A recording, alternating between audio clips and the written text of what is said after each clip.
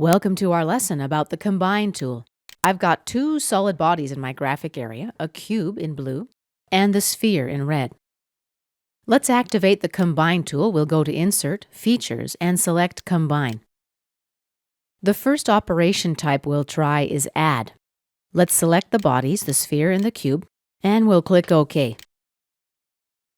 Pretty simple. We've got one solid body. Let's edit our Combine. Right-click, Edit Feature. Let's try the second operation type, Subtract. Let's right-click in the selection area and clear selections. First here, we need to choose the main body. Let's use the cube and the bodies to subtract. Let's select the sphere.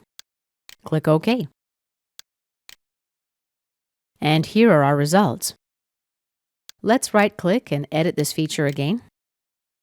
And let's reverse that. For the main body, we'll select the sphere this time. And for the body to subtract, we'll select the cube. Click OK.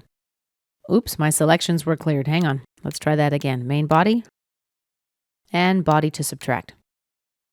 OK. For bodies to keep, let's select all bodies and click OK. And here are our results. Let's edit the feature again. We'll try the third operation type, Common. The cube is already pre-selected. Let's select the sphere. And let's click OK. And here are the results for the Common option.